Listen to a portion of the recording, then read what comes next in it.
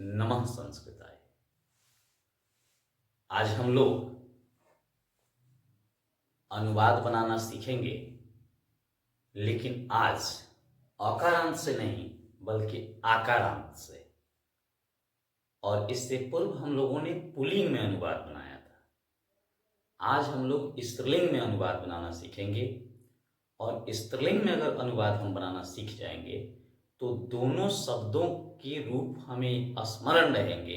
किसी चीज को, किसी वाक्य को हम लोग आसानी से बना देंगे, चाहे वहां शब्द पुल्लिंग के हो या स्त्रीलिंग के हो। तो इस वीडियो को आप लोग निष्ठापूर्वक देखें और बालक के साथ साथ लता के रूप से अनुवाद कैसे बनाई जाती है आप लोग यहां सीखने का प्रयास करेंगे। तो अब हम लोग देखते हैं कि आकारांत में कैसे अनुवाद बनाया जाता है। जैसे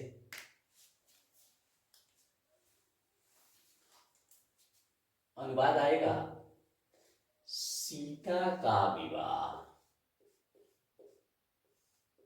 सीता का विवाह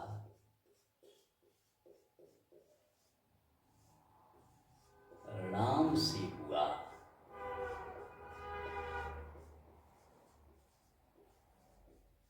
राम से हुआ।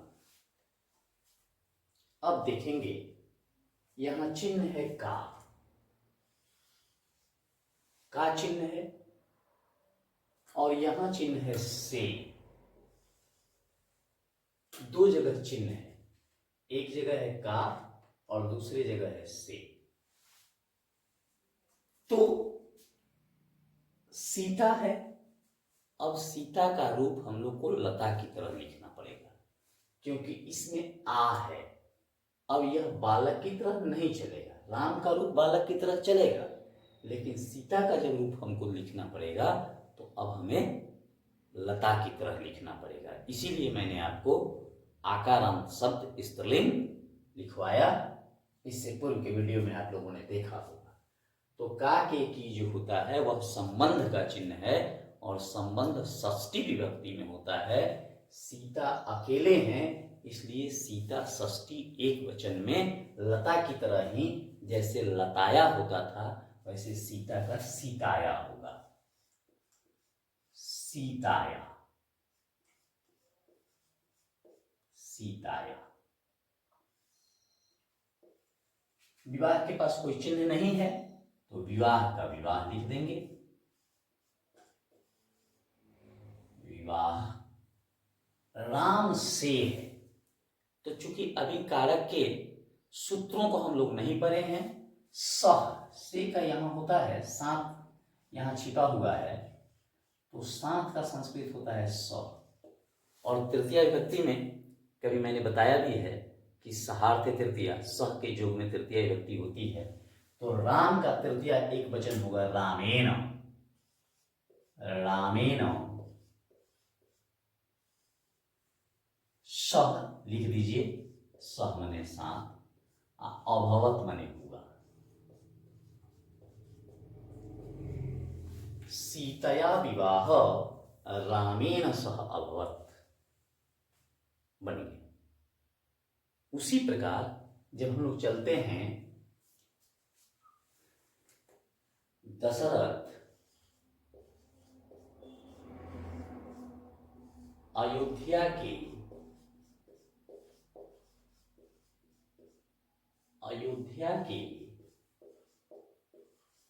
राजा थे। राजा थे, दशरथ के पास कोई चिन्ह नहीं, तो बस दशरथ के पास चिन्ह नहीं है, इसलिए दशरथ का दशरथ। अयोध्या की, का की, तो का की फिर षष्ठी होगा, तो षष्ठी होगा तो अयोध्याया।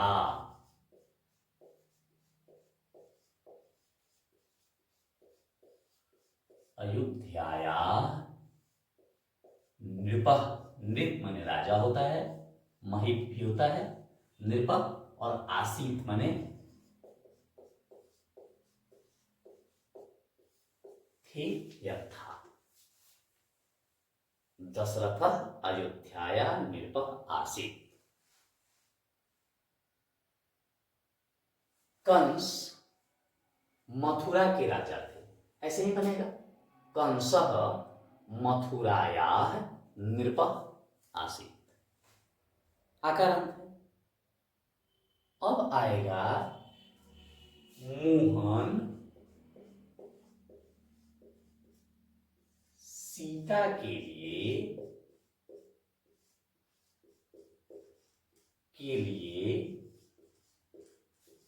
पुस्तक देता है।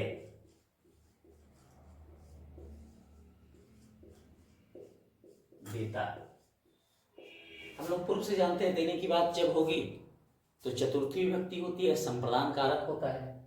मोहन के पास चिन्ह नहीं है तो मोहन का तो मोहन हो जाएगा, मोहनः। अब देखिए यहां है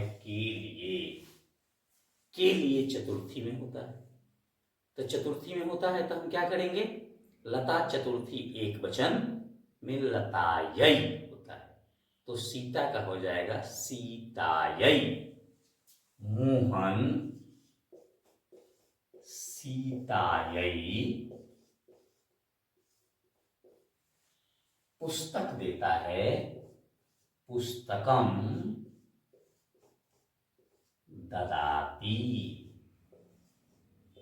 पुस्तकम ददाति, पुस्तक देता है। देखिए चतुर्थी हो गया। पंचमी में आते हैं, लताओं में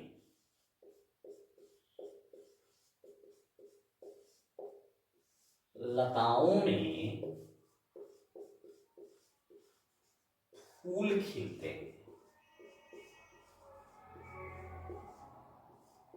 हैं। अब देखिए लताओं में सप्तमी अधिकरण में पर, लेकिन बहुवचन होगा, तो हम लोग लता का रूप दिखे हैं लतासु। लतासु फूल खिलते हैं, पुष्पाणि बहुवचन होगा, क्योंकि बहुत सारी लताएं हैं तो उसमें एक और दो फूल तो नहीं खिलेगा, इसलिए हम लोग बहुवचन करेंगे। पुष्पम पुष्पे पुष्पाणि, और पुष्पाणि होगा तो होगा विकसंति, पुष्पाणि विकसंति, फूल खिलते हैं। बन गया।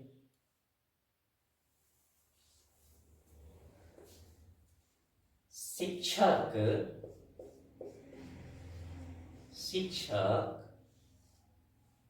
लड़कियों को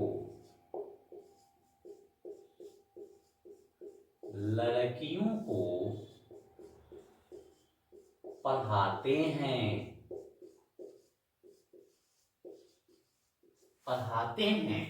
शिक्षक के पास देखेंगे कोई चिन्ह नहीं है, तो शिक्षक के पास चिन्ह नहीं है, तो शिक्षकः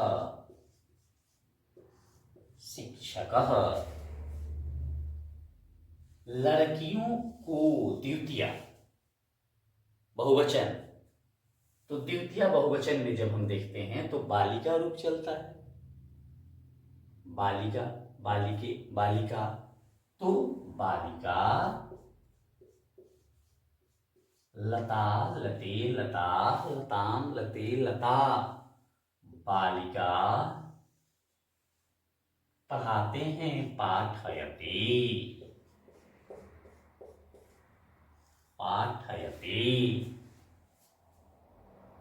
बन रहा है।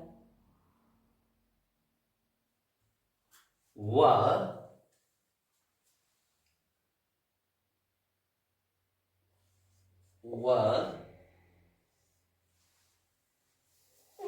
मथुरा से आती है,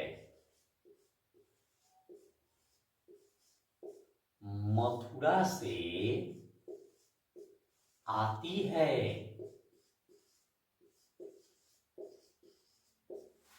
आती है तो निश्चित रूप से यह स्त्रीलिंग है, तो स्त्रीलिंग है तो स नहीं, यहां सा होगा, सामने वह। अब से आती है, तो से आती है तो मथुरा से अलग हो रही है, अलग हो रही है तो आपादान होगा, पंचमी होगा, और पंचमी में लता का होता है लताया। मथुरा का होगा मथुराया, मथुराया आती है आगच्छति,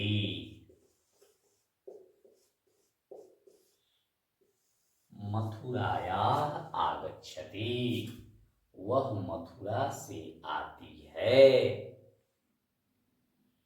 अब देखें हम लोग यहां जो है हमारा तृतीया हो गया, यहाँ षष्ठी है, ये तो हमारा अकारांत है, यहाँ षष्ठी है, यहाँ भी षष्ठी है, यहाँ हमारा चतुर्थी है, यहाँ पंचमी है हमारा, ये पंचमी है, यहाँ देखेंगे ये द्वितीया है, यहाँ देखेंगे फिर पंचमी है हमारी।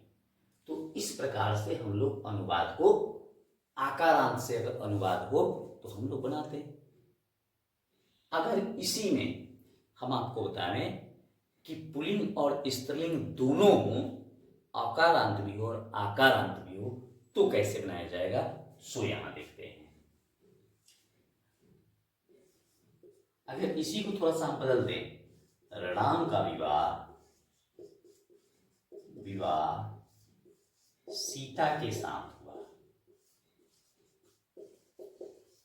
सीता के साथ हुआ, देखेंगे का है षष्ठी का, तो रामस्य, विवाह के पास कोई चिन्ह नहीं है, विवाह सीता के साथ, तृतीया सहार्थे तृतीया, सीतया सह